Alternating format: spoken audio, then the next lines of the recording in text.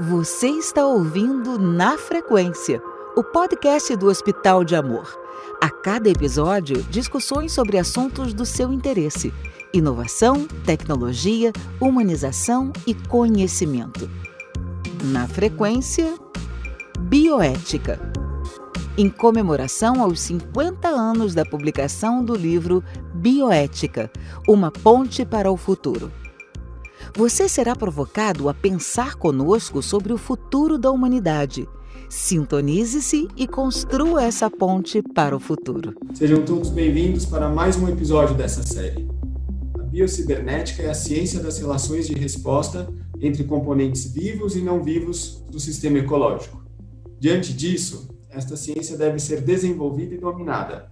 Se um mundo habitável deve sobreviver através de meios seguros para que isso ocorra, isso deve acontecer de maneira consciente.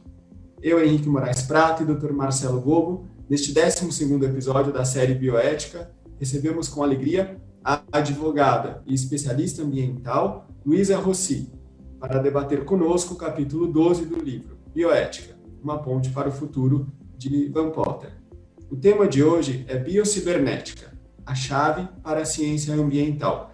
Luísa, seja muito bem-vinda, é um prazer te reencontrar aqui no podcast depois de tantos anos de estudos juntos no GPBio, que é o Grupo de Estudos e Pesquisas em Bioética e Biodireito da Faculdade de Direito da Universidade de São Paulo. Eu gostaria de ouvir, Luísa, você que é uma das maiores especialistas em meio ambiente que eu conheço, qual é a sua impressão da leitura do que Potter escreveu 50 anos depois?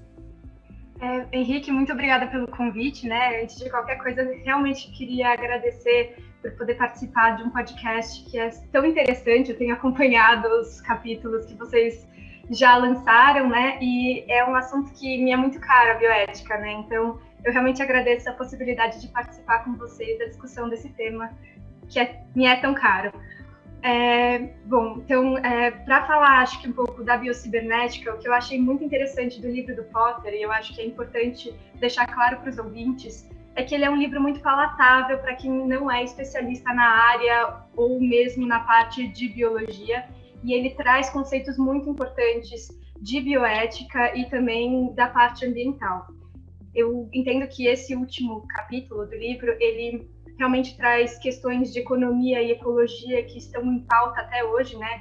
E a grande surpresa é essa: 50 anos atrás, o Potter já conseguiu prever questões que continuariam em pauta por tanto tempo, né? E hoje em dia só tem crescido a importância e a discussão dessas áreas. Então, acho que é importante trazer essa discussão entre economia e ecologia que ele traz, né? Para falar do conceito de biocibernética, bem como os conceitos em si de desenvolvimento sustentável, que eu achei que casavam muito bem com a evolução dessa discussão entre economia e ecologia, né? E é muito interessante que ele, já naquela época, falava de uma interferência muito grande no meio ambiente, sem um conhecimento adequado para fazer essa interferência de uma maneira racional, né, ou de uma maneira que valesse a pena diante dos prejuízos ou mesmo de interrupções de cadeias biológicas, e sempre relacionado à espécie em si, né? Você que estudou durante muitos anos esses temas na Alemanha também, Luísa, assim como eu, deve ter uma percepção de diferença, não só de arcabouço legislativo, mas também de valoração do meio ambiente, né, entre os diferentes estados. E muitas vezes nós temos a impressão que na União Europeia a questão ambiental é realmente elevada ao patamar que deveria ser em todos os países, né? Existe uma tutela e existe também todo um desenvolvimento teórico sobre proteção ambiental. Eu queria que você falasse um pouco eu até sobre a Alemanha. Eu achei interessante você trazer esse aspecto, né? Eu pensei em 2 pontos muito importantes quando eu estava lendo esse capítulo até, e que são correlacionados com a Alemanha. Hoje em dia a gente tem ouvido muito na área ambiental a utilização dos 3 R's, né? Que é reduzir, reutilizar e reciclar. E isso na Alemanha é muito forte, a parte de reciclagem e de logística reversa, né? Como a gente chama isso na área ambiental no Brasil. Vendo assim, existe realmente uma educação da população de reutilizar, de reciclar, até por meio de... A economia aí eu acho que foi muito bem utilizada, né, nessa parte de reutilização e reciclagem, porque vou explicar um pouco como é o conceito deles, né? Quando você compra, por exemplo, na Alemanha, uma garrafa de água, a garrafa plástica tem um valor e o líquido tem um valor. E você paga o somatório desses 2 valores. Quando você volta ao supermercado, você pode devolver essa embalagem e receber de volta o valor da embalagem. Então, dessa forma, se reeducou as pessoas a pensarem no meio ambiente ou até na reutilização de insumos, né, matéria-prima que são escassas. Na verdade, a gente não pode pensar em todos os produtos que a gente utiliza no dia a dia como matérias que vão existir indefinidamente, né? Elas todas têm a gente tem um limite de utilização deles. Então, a forma como a Alemanha criou, né, para reutilizar esses produtos e para incutir essa educação na população e até esse modo de comportamento da população, eu achei muito interessante, né? Esse é o primeiro ponto. O segundo ponto, que tem muito a ver com agronegócio, eu acabei estudando isso recentemente. A Alemanha é um dos países, se não o maior país, de consumo de orgânicos. E isso também, se a gente for pensar, é uma forma sustentável, né, de se pensar na biocibernética e na manutenção da humanidade ao longo do tempo, né? Porque quando a gente utiliza menos não fertilizantes em si não tem um grande problema, mas os agrotóxicos, que hoje em dia, né, nos anos 70, até o Potter ele fala disso, né, dos tóxicos. A gente joga tóxicos no meio ambiente, a gente não sabe efetivamente qual vai ser a resposta do nosso organismo a esses tóxicos. Hoje em dia tem se verificado que alguns se perpetuam por mais tempo do que se imaginava. Então, e claro, tem também a questão de adaptação dos nossos próprios organismos a esses tóxicos, né? Porque existe uma evolução e uma forma de adaptação, isso são conceitos da biologia, que o Potter também traz nesse livro, né? E ao longo dos últimos capítulos, de uma forma geral. Mas eu acho que a Alemanha é um país muito positivo para se estudar a parte ambiental, porque eles efetivamente já estão, eu acho, alguns anos à frente de outros países na questão de proteção ao meio ambiente ou mesmo de reeducação da população para pensar nessa questão de sustentabilidade, né? Não, muito interessante. Logo no capítulo 2, essa dicotomia aparece porque o Potter coloca ecologia ou economia, né? Uhum. Já previa naquela época 3 décadas seguintes, né, de uma disputa fatídica, como ele diz, entre 2 escolas de pensamento, né, que seriam os ecologistas e, do outro lado, os economistas, né? Como que você avalia a evolução das cláusulas ambientais, Luísa, nos últimos acordos multilaterais, esses grandes acordos que nós temos, na verdade,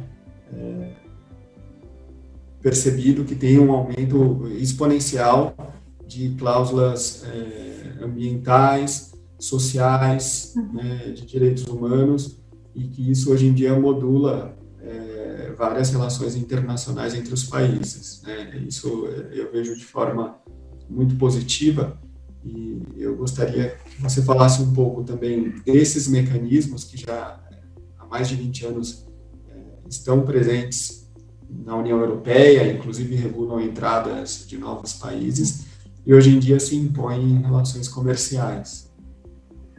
Essa é uma questão muito interessante, né? Eu acho que a gente tem que partir sempre do pressuposto.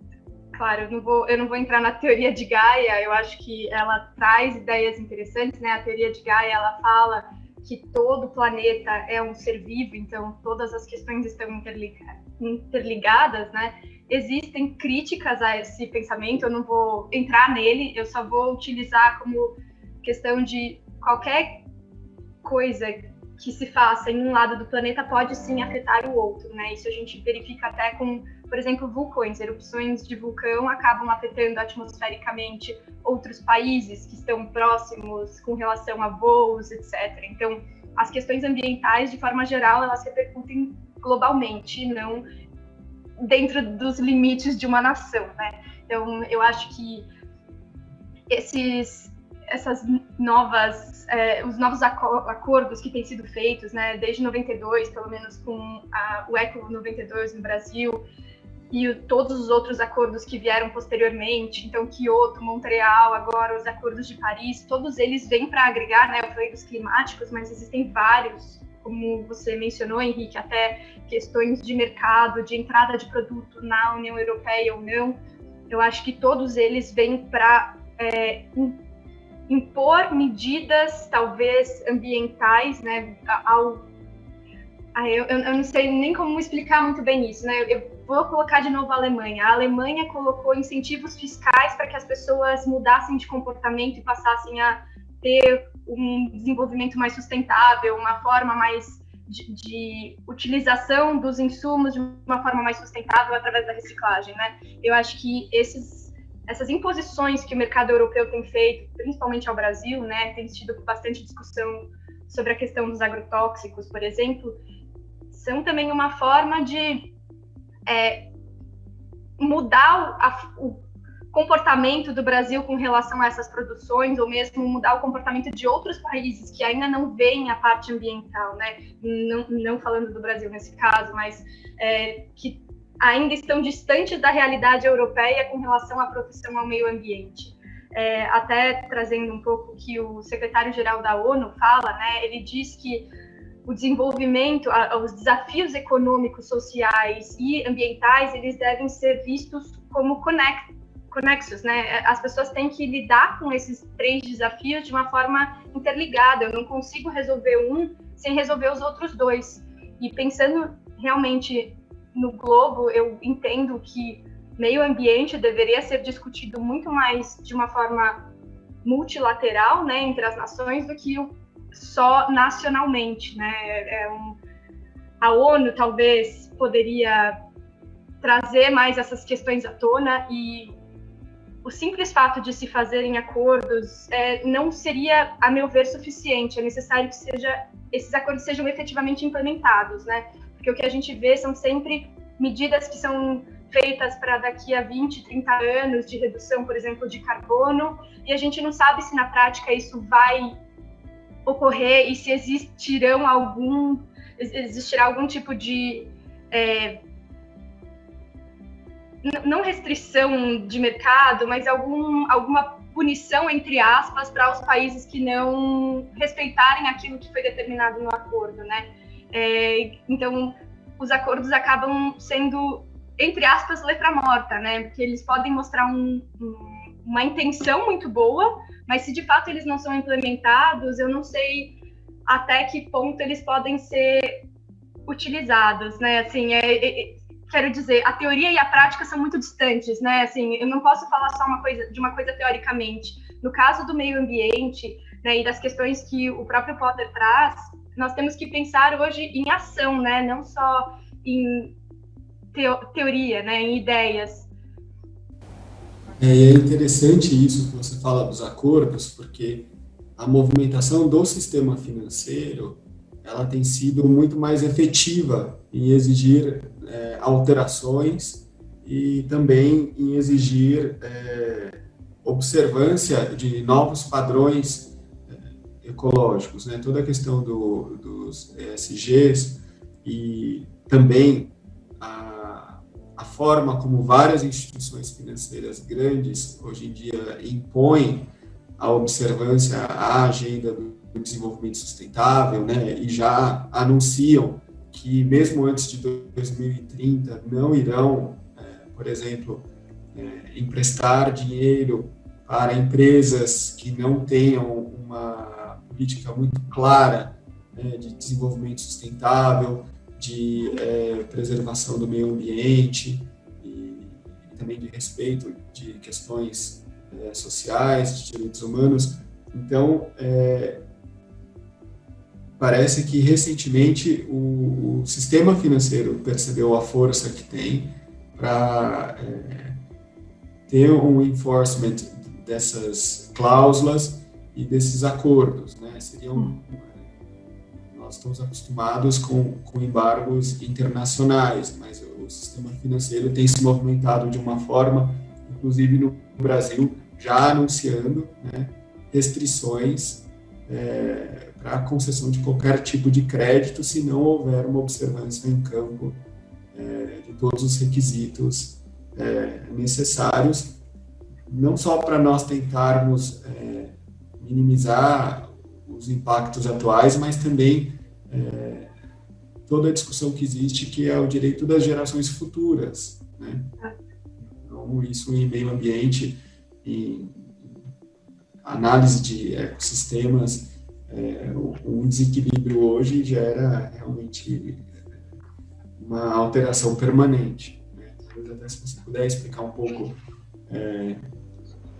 essa questão das alterações permanentes e como é possível hoje se manter,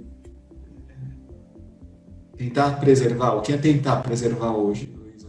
Tá. Eu só vou trazer o artigo da Constituição que fala dessa questão de preservar para gerações presentes e futuras, né? Dentro da Constituição brasileira, o artigo 225, ele traz essa questão de que a proteção do meio ambiente em si é focada na humanidade, né? E na proteção não só da geração que está viva hoje, mas das próximas. Isso Potter fala também quando ele traz a questão de se nós queremos ser uma estrela, né? Que se esvai rapidamente, ou se nós queremos efetivamente perpetuar a nossa espécie, que é o que toda espécie dentro da ideia biológica quer fazer, né? A revolução serviria para uma perpetuação da espécie, justamente, né? E hoje em dia, com relação à preservação, né, o que nós vemos como preservação, essa questão dos 3 R's, que é reduzir, reutilizar e reciclar, é uma forma de preservar, porque eu utilizo menos matéria-prima do meio ambiente, né, ao reutilizar aquilo que eu já tenho no mercado. A parte em si de vegetação, o Código Florestal Brasileiro, por exemplo, ele prevê que os imóveis rurais tenham uma parte de vegetação nativa preservada, e isso também é importante se eu for pensar em corredores ecológicos, em proteção de biodiversidade, porque o desmatamento em si não são... As pessoas esquecem que toda floresta é um ecossistema, né? A gente não está falando só de árvores, as pessoas acabam focando muito em árvores por conta da questão do carbono, mas eu tenho N outras espécies ali internas que são tão importantes quanto, e às vezes representam potenciais muito importantes para nós, seres humanos também, né? Desde questões farmacêuticas, enfim, existe uma gama é uma riqueza uma floresta, né? Então eu não deveria pensar só, claro, deveria pensar também na parte de madeira e de árvores, mas eu tenho que pensar no todo, né? Na biodiversidade. Quando eu perco biodiversidade no planeta, isso é ruim de qualquer forma, porque todas as espécies estão de alguma forma interligadas. Se a gente pensa em cadeia alimentar, que a gente aprende na escola, né? Existe realmente uma interligação. Então, acho que preservação nesse sentido é tentar... Eu também fico com receio de falar algo, né, assim, muito fora do pensamento atual, né, ou do que o Potter até diz, porque ele fala que eu não posso também criar um meio ambiente ideal. O que é um meio ambiente ideal? Todo ambiente está sujeito a mudanças constantes, então eu não consigo falar esse é o ambiente ideal, nós temos que voltar a esse meio ambiente, né? O que é o ideal? Ou com o que a gente pode trabalhar hoje? Eu acho que hoje a maior coisa que a gente pode trabalhar é realmente educar as pessoas ambientalmente do que é proteger, do que é não... o que é destinar adequadamente o lixo, né, ou resíduos, né, lixo não existe essa palavra para nós em ambiental, é resíduo, como as pessoas podem mudar o comportamento delas, porque mesmo que seja um indivíduo, nosso comportamento impacta quando a gente mostra para os outros o que a nossa atividade tem feito, como o nosso comportamento impacta positivamente o meio ambiente onde a gente se encontra, né? Eu acho que a questão de educação ambiental é muito importante para as pessoas terem consciência disso. Eu lembro que nos anos 90 existia a questão de não jogue lixo na rua, né? Hoje é mais não jogue o resíduo que pode ser reutilizado num resíduo orgânico que vai para um aterro e não vai mais poder ser reutilizado. Então, é realmente readequar o pensamento ou reeducar as pessoas para verem o que elas podem fazer no dia a dia para ajudar o meio ambiente, né? Acho que esse é o primeiro ponto e principal, porque acaba afetando de uma forma mais global. Se todos nós fizermos nossa parte, eu acho que a mudança é grande, né? Que a gente consegue impactar bastante. E também a questão de pensar num consumo positivo, né? Pensar num consumo que ele é um fair trade, talvez, ou ele ajuda o meio ambiente de alguma forma. Eu não tenho respostas certas, tá, Henrique? São perguntas que eu me faço também diariamente, eu não sei responder, eu acho que isso a gente evolui de acordo com a maturidade também, né? Eu acho que quanto mais velho a gente acaba mais perguntas, menos respostas, né? Exato, acho que a gente consegue responder melhor, então eu não quero dar uma resposta peremptória porque eu não tenho razão de nada, né? Assim, eu tô falando de experiências ou até perguntas internas minhas, nesse caso, mas eu acho que é realmente tentar se voltar para, por exemplo, um turismo ecológico que tem crescido bastante e as pessoas têm tido mais contato com o meio ambiente, né? O que é o meio ambiente, o que é a natureza, né? Não é uma coisa tão distante.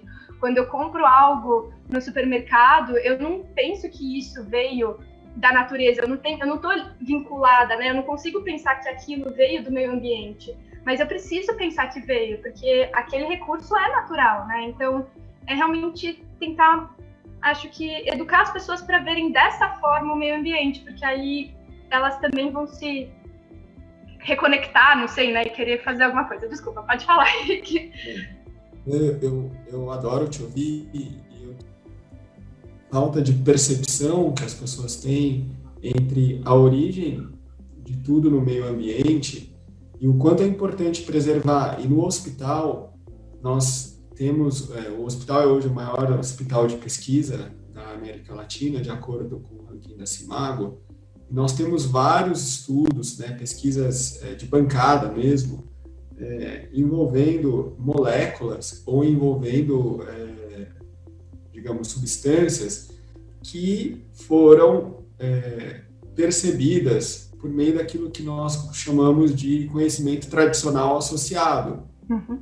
Os estrangeiros olham para o Brasil como um país de mega biodiversidade. Nenhum outro país tem a biodiversidade que nós temos.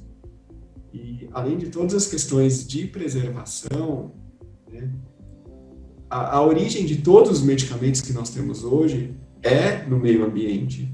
É a partir de um uso de uma população específica, né, uma população local, que incorporou aquilo como medicação.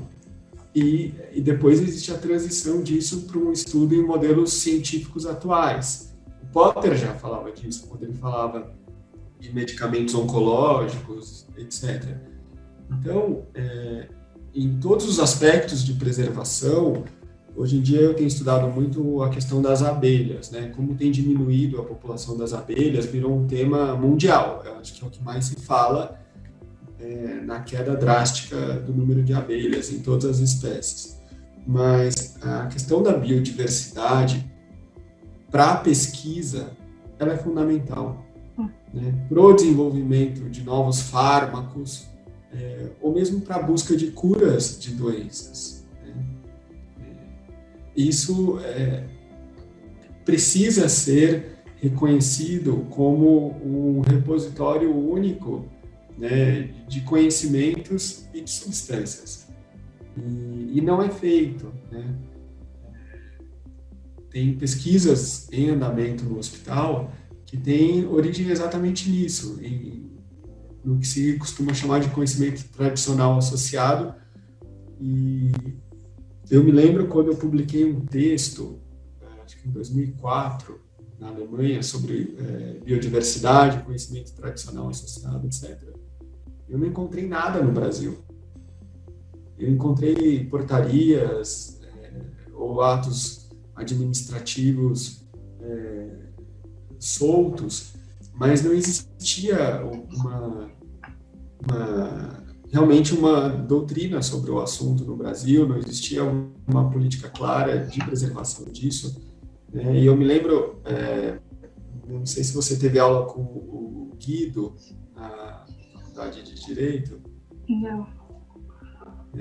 Que era um professor de Direito Ambiental, e tinha uma carreira diplomática, mas na fase que eu estava na faculdade ele era professor. E Guido Soares, salvo engano, né? E ele sempre falava, no começo de toda a aula, de quem é o mico-leão dourado, né? Os alunos riam. E tinha acabado de ser a Eco 92 na época. Uhum. Mas eu acho que a pergunta é essa, né? De quem é o nosso conhecimento tradicional associado?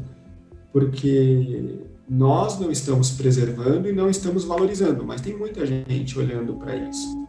Se nós olharmos isso... Pode falar, Henrique, desculpa, eu só ia falar que hoje até tem, né, uma legislação nova, que ela... Sim, hoje tem, isso, depois do protocolo de Nagoya, começou a se trazer bem essa questão de biodiversidade, conhecimento tradicional associado, né?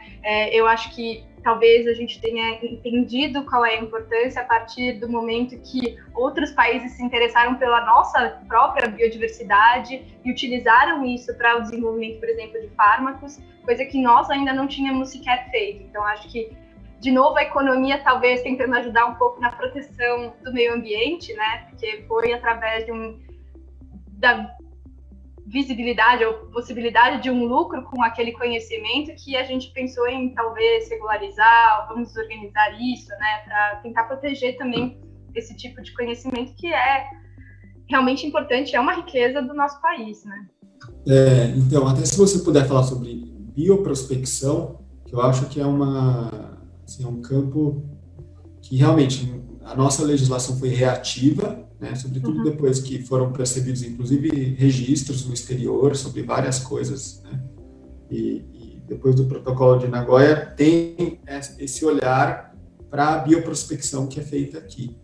A legislação ainda é tímida, não é o que poderia ser, mas eu gostaria que você explicasse, Luísa, um pouco o que esses acordos alteraram internamente. Eu trabalhei com isso, tá? Mais com a parte de biodiversidade em si do que de conhecimento tradicional associado. Acho que a maior dificuldade do conhecimento tradicional associado é como, né, foi obtida essa informação através dessas comunidades tradicionais, né?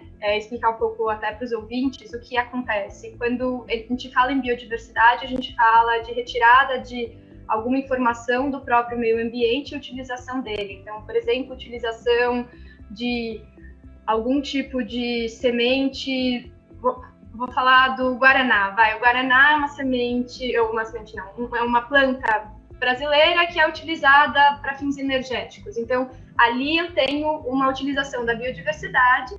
Eu não sei se aqui é conhecimento tradicional associado ou não, né? Pode ser que seja, que se vislumbrou que comunidades indígenas utilizavam o guaraná para esse propósito, e aí utilizou-se, vendo que tinha algum efeito, né, utilizou-se desse conhecimento tradicional associado dessas comunidades para criar, por exemplo, pó de guaraná como energético. Então, eu acho difícil até falar de bioprospecção, né? Eu não sei de que forma isso é muito fiscalizado.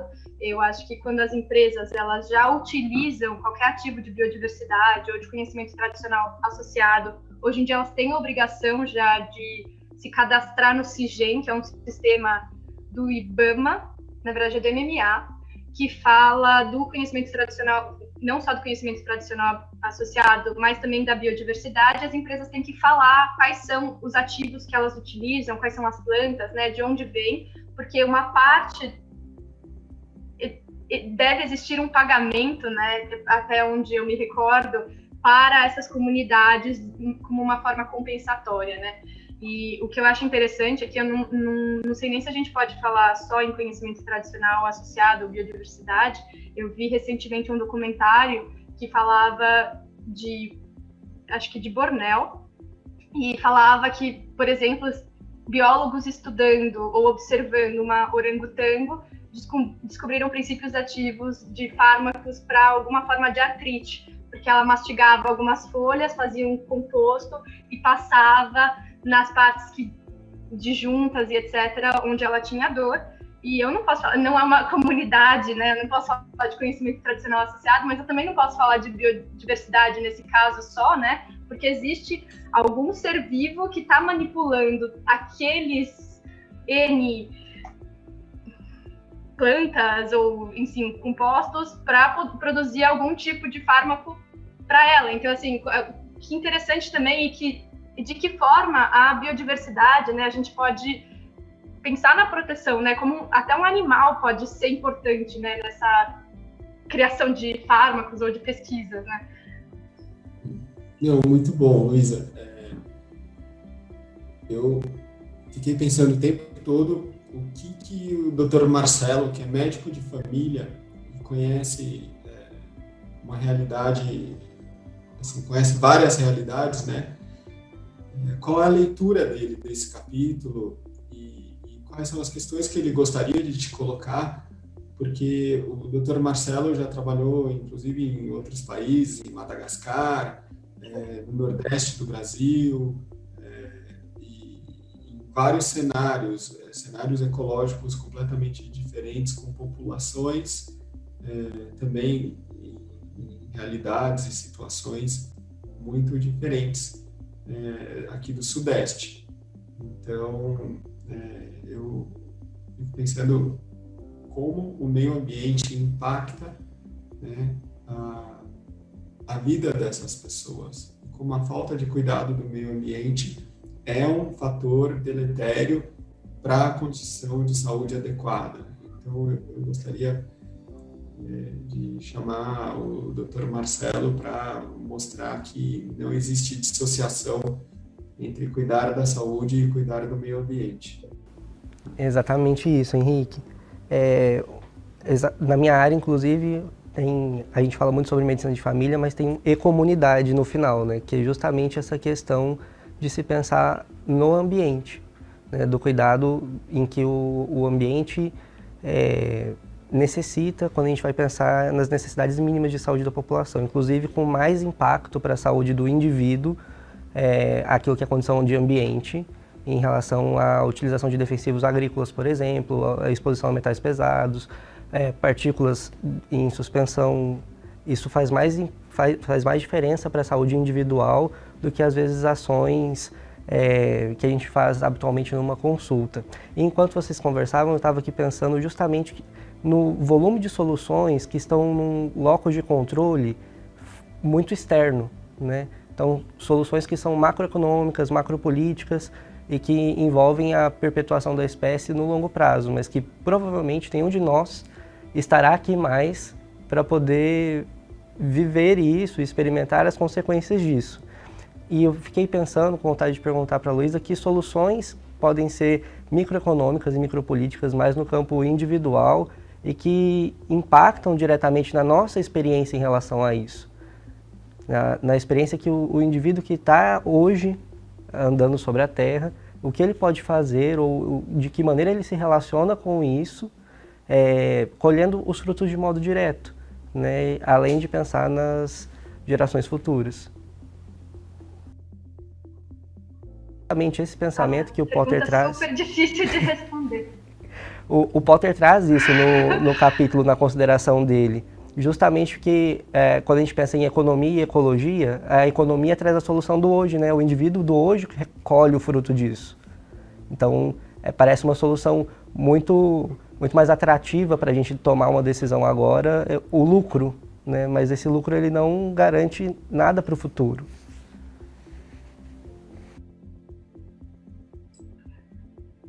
Achei difícil a pergunta. Vamos lá. Vou ver se eu consigo responder da melhor forma possível. Eu acho muito difícil que os comportamentos hoje sejam ou impactem de uma forma tão rápida o meio ambiente, né? Porque eu acho que o meio ambiente ele demora um tempo para reagir àquilo que a gente faz, né? A gente ainda hoje sente os efeitos e as consequências daquilo que foi feito no passado. Então, não acho que exista algo que talvez seja feito hoje para impactar imediatamente nosso dia a dia. Claro, plantar hoje é muito importante, as pessoas precisam começar a tomar consciência hoje das mudanças, para que daqui a 30 anos a gente esteja sentindo os efeitos do que a gente começou a fazer hoje. E quanto mais a gente prorroga, né, essa necessidade de mudança, e quanto mais a gente só pensa no lucro e não pensa também no todo, né, porque o lucro está dentro do meio ambiente, eu só consigo lucro porque eu estou inserido aqui, né? Então, eu acho que nesse sentido, desenvolvimento sustentável e até o que o Potter fala, né, que ecologia e economia devem estar em equilíbrio, né? Eu não posso pensar só em uma, porque eu descubro a outra. Eu não posso pensar só na outra, porque eu descubro essa primeira. Então, eu tenho que pensar realmente em um equilíbrio. Eu acho que o desenvolvimento sustentável vem para isso. O que eu acho que as pessoas podem fazer hoje que impacta como si a comunidade. Por exemplo, plantio de árvores ao longo de cursos d'água, né? Que hoje cada vez mais tem sido feito por conta do Código Florestal e por conta da imposição de que os imóveis rurais devem estar conforme o que prevê o Código Florestal, né? Hoje existe um sistema de cadastro ambiental rural, então existe uma maior fiscalização através da tecnologia. Isso aumenta, por exemplo, o volume de recursos hídricos, diminui a poluição, porque a mata ao redor, ela protege de certa forma o rio, isso impacta. Demora um pouquinho? Demora, porque eu não consigo plantar hoje uma árvore já que impacte bem, né? Outra coisa é aquilo que eu falei lá atrás da reciclagem, né? A reciclagem, por exemplo, na Alemanha, que eles cobram um valor pelo produto e um valor pela embalagem, e eu consigo ter o valor da embalagem de volta, né? Isso chama Pfand, até em alemão, que é o valor que vai retornar para o indivíduo. Isso vai impactar a economia dele e vai impactar a economia como um todo, porque eu vou estar me obrigando ou querendo, eu tenho um incentivo para fazer a reciclagem quando eu tenho um incentivo econômico, né? Eu consigo incentivar todas as pessoas da comunidade a participarem daquela reciclagem, coisa que se não tem um incentivo econômico, talvez se torne mais difícil, né? Eu tenho que tentar atingir as pessoas de uma forma educativa e nem sempre a gente vai conseguir atingir todo mundo. Então, talvez trazer essa questão econômica para impactar também a forma como as pessoas podem fazer o bem para o meio ambiente, né? Eu acho que talvez seja uma boa possibilidade, né? Não sei se eu consegui te responder. Respondeu, e eu acho que é justamente esse o ponto de equilíbrio. O equilíbrio ele é dinâmico, né, num sistema biológico. Então você precisa, para ele ser adaptativo, o equilíbrio precisa ser dinâmico, né? Você tem fatores estressores externos, o Potter fala isso ao longo de vários capítulos. Você precisa ter essa capacidade de adaptação, né? Faz parte dos 12 princípios da bioética dele, inclusive isso. E aí, quando você traz esse ponto, me parece até uma conclusão natural, que a solução ecológica do futuro, daquilo que é macro, envolve ações econômicas individuais hoje como incentivo, né? Que a consequência dos indivíduos, para os indivíduos de modo direto, ela é vivenciada através do plano econômico, né? A gente não vê uma crise econômica dando grandes repercussões no futuro, mas uma crise ambiental sim, né?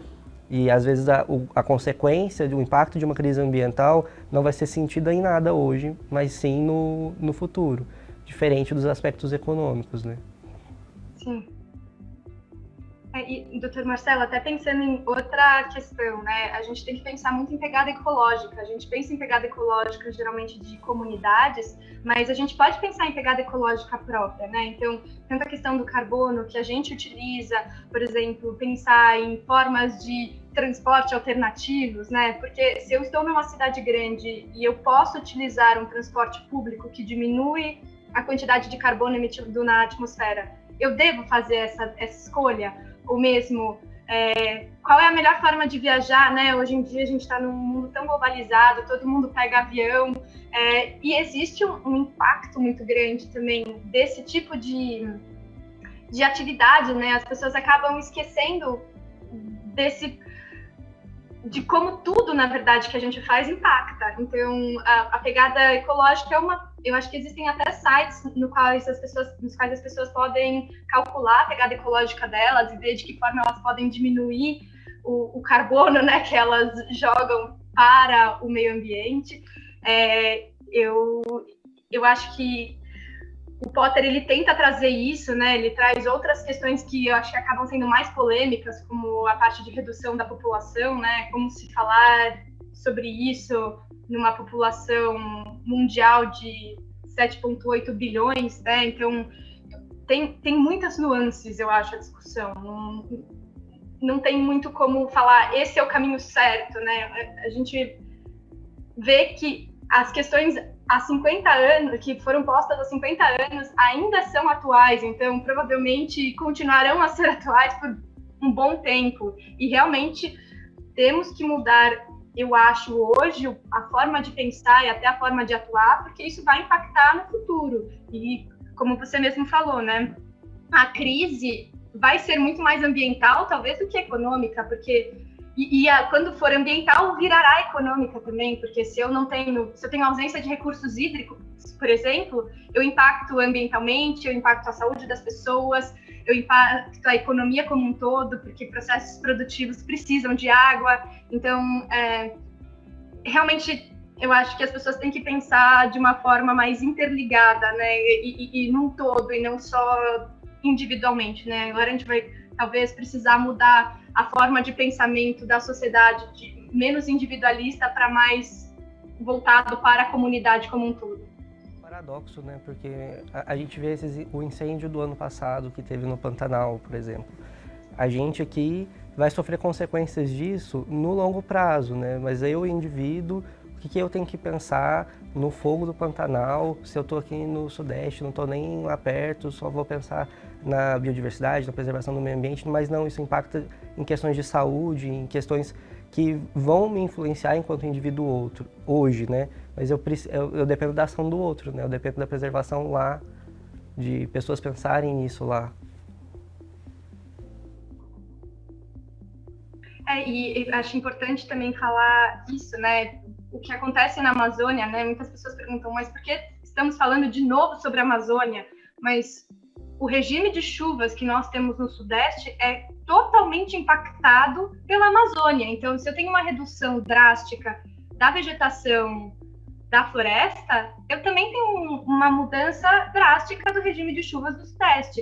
E isso impacta a todos, né? E até, por exemplo, o agronegócio, que muitos colocam como inimigo nessa questão, mas eles são tão interessados quanto, porque o regime de chuva para eles é muito importante. Se eu não tenho um regime de chuvas previsto, ou eu tenho secas, eu não tenho produção. A soja teve esse impacto, por exemplo, no último ano. Então, dessa alteração climática. Então, realmente é necessário que se pense mais como macro, né, do que só...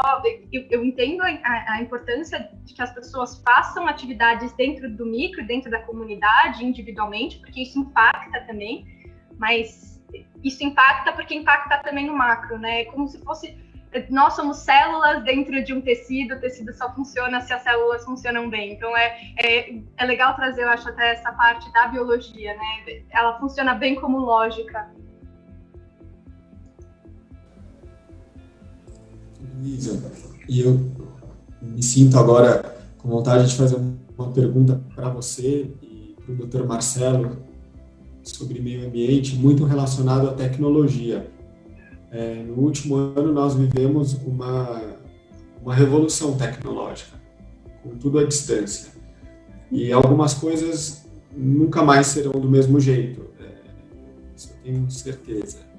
Essa possibilidade de mudar processos, mudar formas de perceber as coisas e fazer de uma maneira tecnológica, ela impacta diretamente o meio ambiente. Por exemplo, hoje, cada um de nós está em um lugar. Se não fosse a tecnologia, nós teríamos pego o carro, né? Cada um teria viajado, abastecido seu carro, teria gerado poluentes, né? Quer dizer, é um gasto enorme de recursos financeiros, ecológicos, né? De energia do nosso corpo também, né? Muito mais cansativo do que fazer isso por aqui. Então, eu penso, e essa é a minha questão para vocês, que muitas coisas foram aceleradas com a revolução tecnológica atual, eu estou falando agora de 2020, e isso é benéfico para o meio ambiente. Vocês enxergam isso da mesma forma?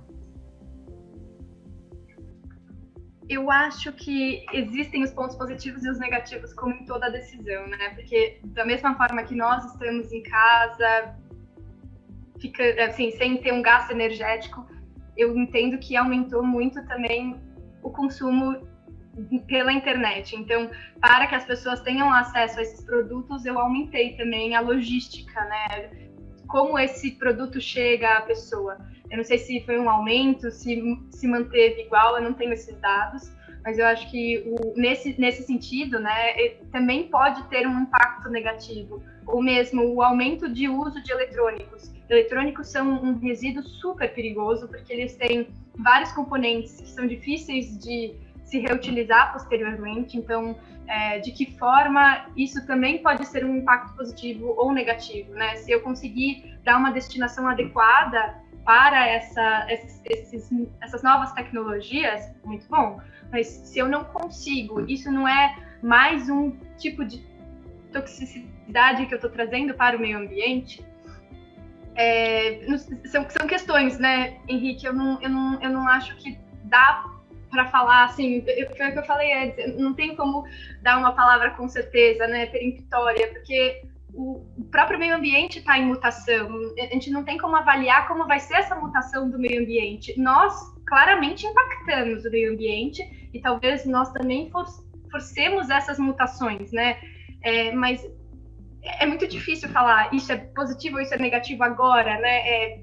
Eu acho que tem sempre aspectos positivos e negativos a se considerar, mas eu não tenho como falar com certeza foi melhor. Eu acho que dá para ver, pelo menos pelos índices que acho que todo mundo viu, que Veneza começou a ter uma água mais límpida, golfinhos nadaram ali ao redor da cidade, então isso demonstra que talvez com menos seres humanos circulando tenha diminuído o impacto no meio ambiente, de forma que essas espécies possam não se proliferar, mas ter mais espaço, né? Que é uma raridade. Se tivessem tantos barcos se movimentando ao redor da cidade, no caso em Veneza, não seriam vistos tantos animais. Então, tem os impactos positivos, claros, mas eu acho que também existem impactos negativos que a gente ainda não consegue ver a longo prazo, né? A hora que eu li o capítulo, a primeira coisa, quando eu li cibernética, na minha cabeça, assim, no meu campo lexical, foram vindo coisas, pensando em robôs, me veio o filme que o Will Smith estrela, o Eu, Robô, eu fiquei pensando assim em relação ao futuro sobre isso. Enquanto eu ia lendo, eu fui pensando justamente nessa questão da tecnologia, do quanto ele estava lá atrás, 50 anos atrás, e ele ia imaginar hoje que a gente troca de celular uma vez por ano, às vezes duas, e é sempre estimulado em relação a esse consumo, e que embora é uma faca de dois gumes, como a Luísa foi apontando, embora essa solução seja muito boa para algumas coisas, ela gera muito resíduo, ela tem um custo, né? E aí, aonde a gente vai com esse custo, né? Porque um descarte de uma bateria é um dano ambiental muito grande associado a isso. E a gente vai precisando sempre de mais energia, e é o que ele traz como a questão do feedback positivo e negativo. Esse é o tipo de feedback negativo que vai fazendo a gente voltar para o analógico. Que a hora que você tem uma quebra de equilíbrio do sistema, você é voltado a ir para o analógico, como foi a época dos pagers, e depois a gente voltar até a agenda, e agora todo mundo tem planner, e está no papel, de novo. E aí, daqui a um tempo, a gente vai ter a migração de novo para o pêndulo, né, do eletrônico e para o analógico. Acho que não tem como a gente escapar muito disso. Não, e até a energia, né? Cada vez mais a gente precisa de mais energia elétrica. E energia elétrica também tem um custo ambiental, né? As pessoas acabam pensando que só vem da tomada, mas não, né? Eu tenho que produzir isso em algum lugar. Como é feita essa produção? É em hidrelétrica, ou é em eólica, ou é nuclear, né? Assim, e todos esses tipos de energia, e eu mencionei só as ambientalmente consideradas boas, né? E elas têm ainda assim um impacto, porque para uma hidrelétrica eu tenho que criar uma barragem, eu tenho que submergir uma floresta, eu perco biodiversidade no caminho, eu às vezes acabo impactando até comunidades, né, localizadas ali nas proximidades. Na eólica existem estudos que existe impacto em morcegos, então assim, todas elas estão sujeitas a algum tipo de ponto negativo. Então eu tenho realmente que analisar qual é a que vai me trazer maiores benefícios, mas também só utilizar a energia, né, ou esse aumento gigantesco de consumo de energia, eu preciso aumentar também a produção, então isso também causa um impacto, né?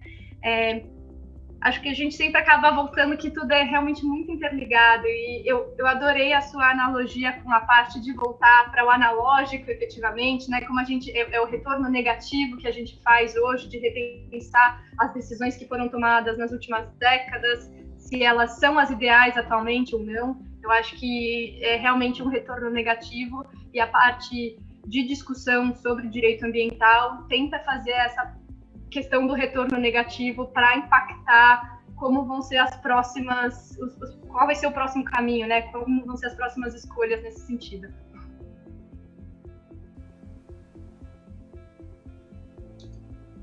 Muito interessante. Ouvindo vocês, eu penso um pouco no livro do Umberto Eco, O Pêndulo de Foucault, e eu acho que é isso.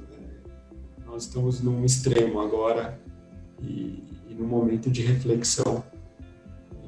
A tendência é que as coisas se equilibrem em algum ponto, né? E o capítulo é extremamente rico, traz alguns assuntos que nós não abordamos aqui, mas eu acho que ficou claro para todos os ouvintes a importância e o quanto o meio ambiente tem sido uma pauta desde o final da Segunda Guerra, todo o Ocidente, né, mais recentemente também no Oriente, e cada vez mais vai ganhar destaque por tudo que nós trouxemos nessa discussão, e porque uma crise ambiental é uma crise muito mais complexa de ser resolvida do que uma crise econômica.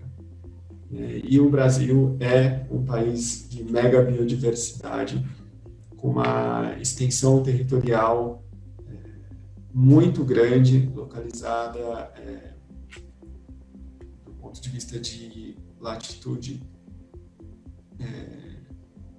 como poucos países, né? Nós estamos entre o Equador e os trópicos, e existem muitas coisas a serem ainda feitas e refletidas, mas também no ponto de vista individual, que foi o que nós discutimos agora ao final. Então, tem vários sites, tem várias formas de nós nos informarmos sobre como a nossa vida pessoal pode ser mudada, né? Ela pode ser mais amigável com o meio ambiente, mais eco-friendly, né? Eu posso andar de bicicleta, fazer uma reciclagem muito bem feita na minha casa, posso economizar água, que a água é um recurso super escasso, as pessoas não imaginam o nível de escassez de água no nosso país, né? E são várias coisas que é possível mudar, e talvez a principal mensagem que tenha ficado aqui é que as alterações macro têm sido feitas. Talvez as novas gerações nas escolas são completamente diferentes do que nós vivemos, mas as novas gerações tenham essa pegada mais ecológica e uma consciência muito maior do que a nossa. E se cada um mudar a própria vida, com certeza o impacto vai ser gigantesco. Eu deixo aqui um convite a todos os ouvintes para que se informem e mudem as suas rotinas para que tenham o menor impacto possível no meio ambiente. Eu gostaria de abrir para palavras finais do Dr. Marcelo, da Luísa, e depois nós encerramos este episódio esperando pelo próximo, que vai ser o último. Luísa, eu gostaria de te ouvir e ouvir o Dr. Marcelo. Eu apenas queria agradecer, eu achei muito boa a conversa com vocês, eu achei que foi um bate-papo mesmo, foi muito bom poder trazer algumas ideias. Queria só reiterar que isso são opiniões, né, não necessariamente verdades. Acho que as pessoas realmente precisam se informar, pesquisar, para criar as próprias interpretações daquilo que elas leem, né, não tomar sempre como verdade tudo que as outras pessoas falam, né? Acho que é importante essa análise crítica das falas das pessoas, e espero realmente que impacte de uma forma positiva para as pessoas repensarem a forma de consumo delas e de impacto ao meio ambiente, efetivamente, né? E agradeço mais uma vez a possibilidade de participar desse podcast. Também gostaria de agradecer a vocês, foi um prazer estar aqui. E lembrar sempre que a gente está em equilíbrio, né? As nossas ações impactam os outros e as ações dos outros impactam a nossa vida, né? Isso é o que motiva o equilíbrio, e a gente precisar pensar sempre do quanto esses assuntos são relevantes, mesmo que aparentemente eles não nos afetem. A gente colhe as consequências disso. Muito legal. Agradeço a vocês por mais esse podcast. Este projeto do Hospital de Amor nasceu em comemoração aos 59 anos, e vários outros podcasts já estão sendo lançados, e nós esperamos que com a divulgação da obra de Potter, Uma Ponte para o Futuro, 50 anos depois, numa tradução e numa edição primorosa no Brasil, mais pessoas conheçam esses temas, discutam, se apropriem e possam participar das nossas discussões. Deixo aqui o convite para o próximo episódio, o 13º, que é o último dessa série, e me despeço do Dr. Marcelo Gobo, médico de família do HA, e da advogada e ambientalista Luísa Rossi. Um abraço grande, espero vocês no próximo programa. Até logo.